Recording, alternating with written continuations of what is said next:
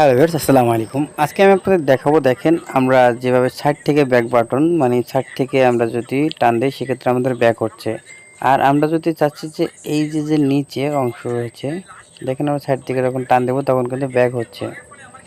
আর আগে যে নেভিগেশন বারটা ছিল এই যে নিচ দিয়ে, সেই আমি নেভিগেশন বারটা নিয়ে আসতে চাচ্ছি।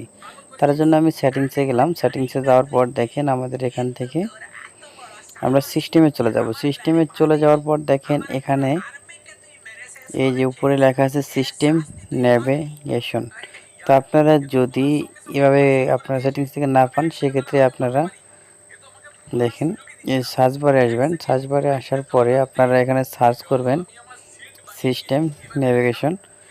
এটা লিখে সার্চ দেওয়ার পর দেখেন আমাদের কিন্তু এরকম একটি অপশন চলে আসবে। তো এই অপশনের উপরে আমরা ক্লিক করে দেব। ক্লিক করার পর দেখেন আমাদের এরকম একটা ইন্টারফেস নিয়ে যাবে। দেখেন উপরে আছে গেসার নেভিগেশন, নিচে আছে 3 বাটন নেভিগেশন।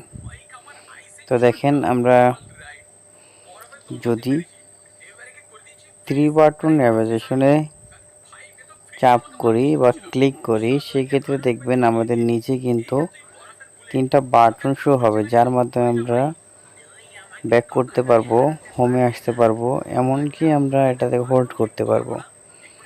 তো দেখুন আমরা এখানে 3 বাটন নেভিগেশনে চাপ দেওয়ার পর দেখেন নিচে এই যে দেখেন আমাদের নিচে কিন্তু বাটনগুলো শো হয়ে গেছে। দেখেন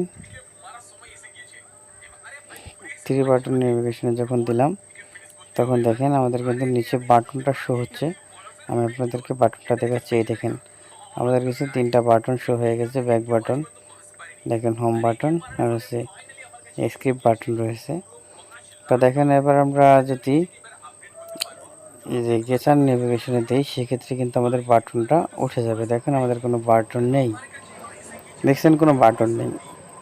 এবার আমরা এখানে আমরা 3 বাটন নেভিগেশন এটার উপরে ক্লিক করব।